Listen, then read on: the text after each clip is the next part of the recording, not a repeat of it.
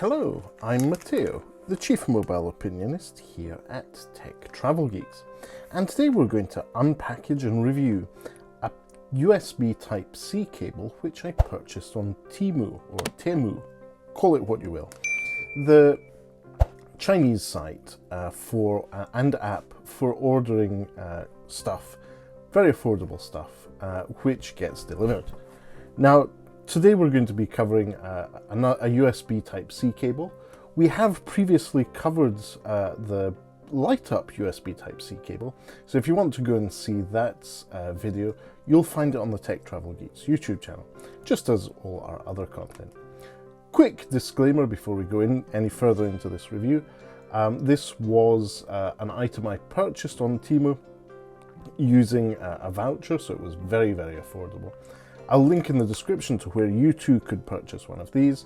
If you use the link in the description, you will be supporting the Tech Travel Geeks through the affiliate link.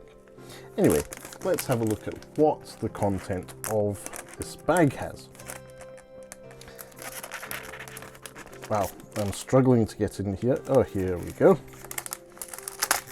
Now, on the back of the generic bag, it has a few details, but it's mainly about who has made the product and who's selling it.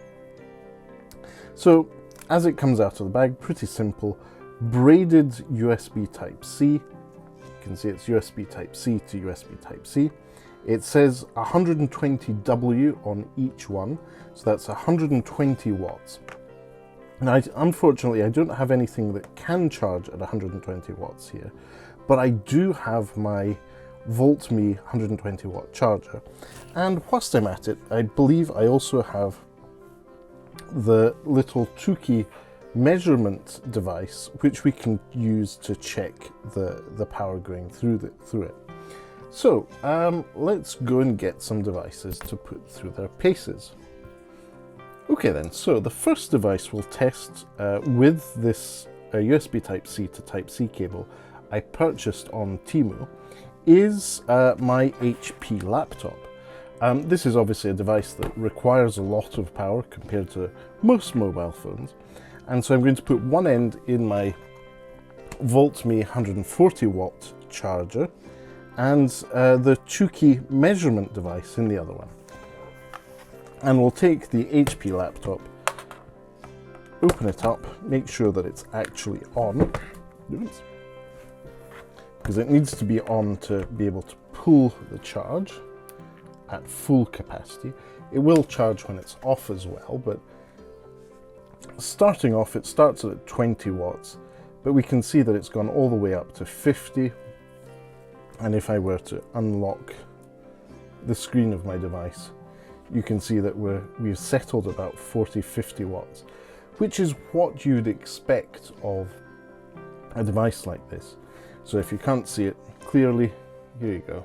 We're bouncing around about 50 watts for charging this HP laptop using the USB Type-C cable I purchased on Temu. So this is a really good indicator because the laptop is not at an empty state of charge. It won't take much more than 50 watts. The most I've seen it really reach is around about 60. But that was from absolutely empty, and after about a few minutes of charging it went up there. But to see it bounce at the moment between 50 and 53 watts is a good sign. So using the power delivery standard, this is doing quite well. So if I close the lid, we can then check out another device. This is the Samsung Galaxy Z Flip 6 that we're covering here on the Tech Travel Geeks YouTube channel. So I get 2-3, we see that the power is coming on. It'll take a few moments to set itself up. Actually, it probably needs to be on first. So yes, this is the Samsung Galaxy Z Flip 6 or Z Flip 6 with the Doushine case that we have already covered on the Tech Travel Geeks YouTube channel. Now at the moment it's in such a flat state, I was using it earlier today and I ran out of battery, that we're getting only 3 watts for the initial charge. What I'll do is I'll just put it over here and we'll put it aside and look at how this cable performs with the Google Pixel 9 Pro XL. Now this is at a high state of charge, so it won't take much more than 18 watts.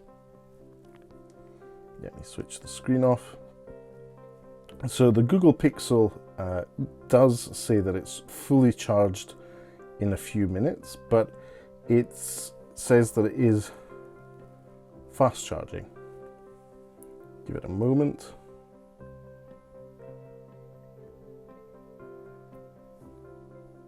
So there we go. You can see it's bouncing up to 16 watts, 12, 13, 14.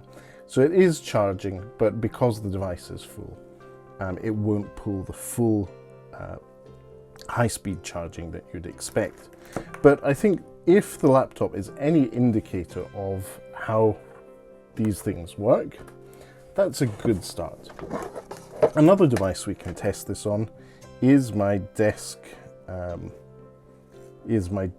tablet. This is the Lenovo Chromebook Duet, and straight out of the plug we're getting 19-20 watts being pulled by the tablet with this cable. So I'm quite happy with this. We've tried a variety of devices. They're all actually doing well, apart from the Samsung. This is probably due to the fact that it was completely empty and needs a while plugged into a charger to be able to be charged properly.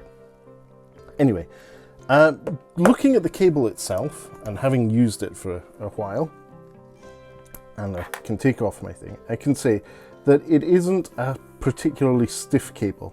So the braiding is soft, the nylon is quite soft, and it does a pretty decent job. The only worry I have is that that soft nylon may make it quite easy to tangle it in a bag. So make sure you have some handy some handy cable tidies for this cable if you do decide to purchase one. There are multiple lengths available. I'll link in the description to where you too can purchase this cable, but as an initial first impressions and an initial review, I think this is a decent cable and should do well in the long run. If you'd like to know more, if you'd like to hear my long-term thoughts on this, do leave us a comment in the section below. If I think the question is good enough, I'll make a dedicated video about it. But for the purposes of this video, I think this is good enough.